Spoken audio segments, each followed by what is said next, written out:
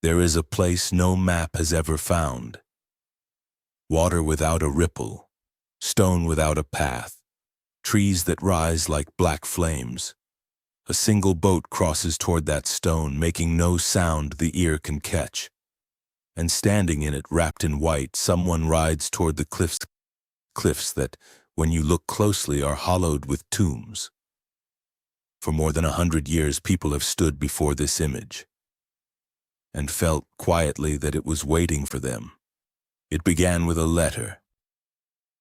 According to the story most often told, a young widow named Marie Berna wrote to a painter. Her husband was gone, and her house had become quieter than it had ever been. She did not ask for a portrait. She did not ask to be told that time would heal her.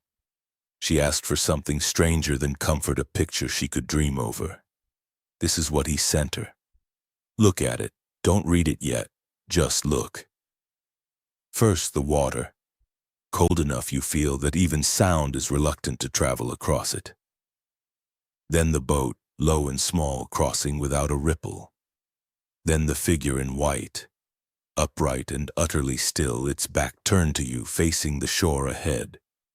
And only after a few moments do you notice the rest.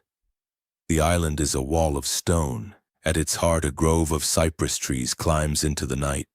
Black, narrow, silent. The trees that grow in graveyards, the trees that have always meant mourning. And there, in the rock on either side, half swallowed by shadow, small dark doorways, tombs waiting with their mouths open. The figure in white does not row. Someone else sits bent to the oars behind, and laid flat in the boat, pale against all that darkness, is a shape the length of a sleeping man. There is no storm, no struggle, no panic. The silence does the work. This is not the moment of dying. This is the moment after the last goodbye has already been spoken.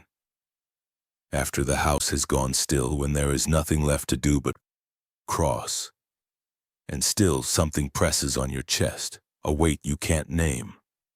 The particular hush of a room where a clock has just stopped. After a while, it stops feeling as though you are looking at the island.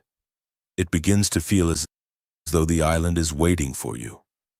It frightens you and calms you in the same breath. Some paintings ask to be understood. This one asks to be mourned. Who paints a place like this? Someone who had learned that the deepest grief is rarely loud. His name was Arnold Böcklin, a Swiss painter who had spent long years among the ruins and cypress groves of Italy, where old tombs sit bleaching in the sun. And the boundary between memory and landscape feels unusually thin. He did not paint comfort. He painted the thin places where what we cannot see presses close against what we can. And when a grieving stranger asked him for something to dream over, he did not paint the man she had lost. He did not paint a farewell or a heaven or a face she could hold on to. He painted the crossing itself, the threshold, the single moment between the shore we know and whatever waits on the other side. Which brings us to the figure in white, standing in the boat, back turned, faceless.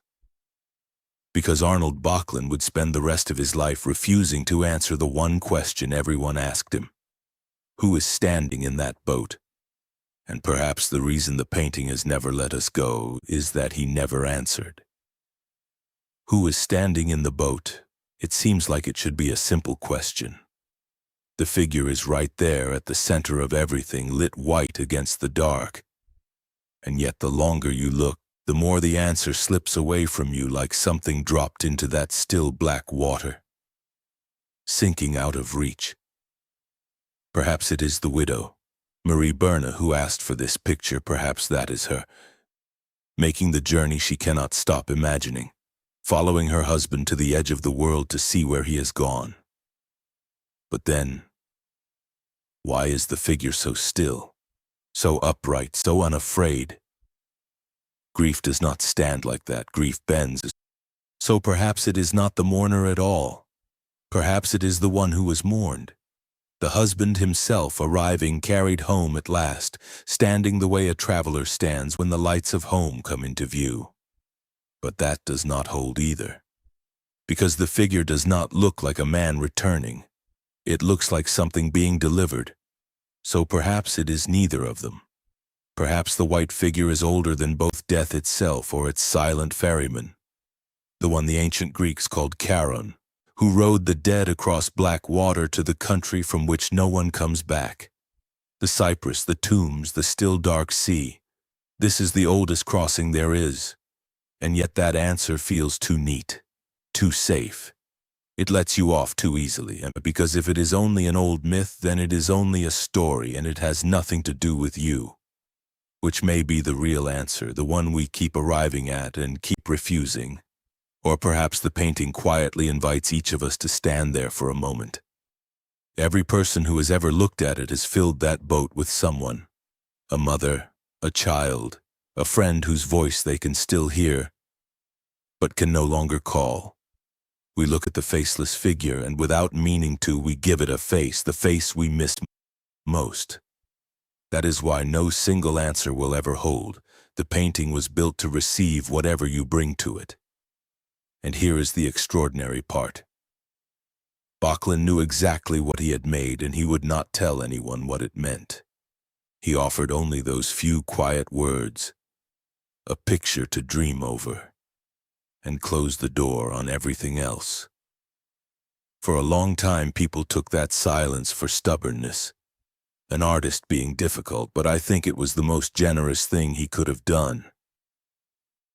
Because if Böcklin had told us who stood in the boat, he would have answered the question and closed the painting. It would have become a single story about a single death, and the rest of us would have drifted away from it. Instead, he left a silence, and every generation since has filled it with its own losses. That is why the little boat has never reached the shore, not because the painter forgot to finish it, because he understood that the crossing is the point. The whole tender, unbearable moment lives in that space between the water and the island. One breath from arrival and never landing. Strangely, this quiet picture would go on to obsess revolutionaries, dictators, and the men who founded modern psychology alike. It would be copied, hunted, hidden, and destroyed. But that is another story for another time. For now, let it be only what she asked it to be. Perhaps everyone carries an island like this one, a quiet place, unmarked on any map, where the names are remembered, and the conversations never truly end. We do not visit often, but we know the way, and some part of us is always out on that still water, watching the shore come slowly closer. Some paintings ask to be understood. This one simply waits.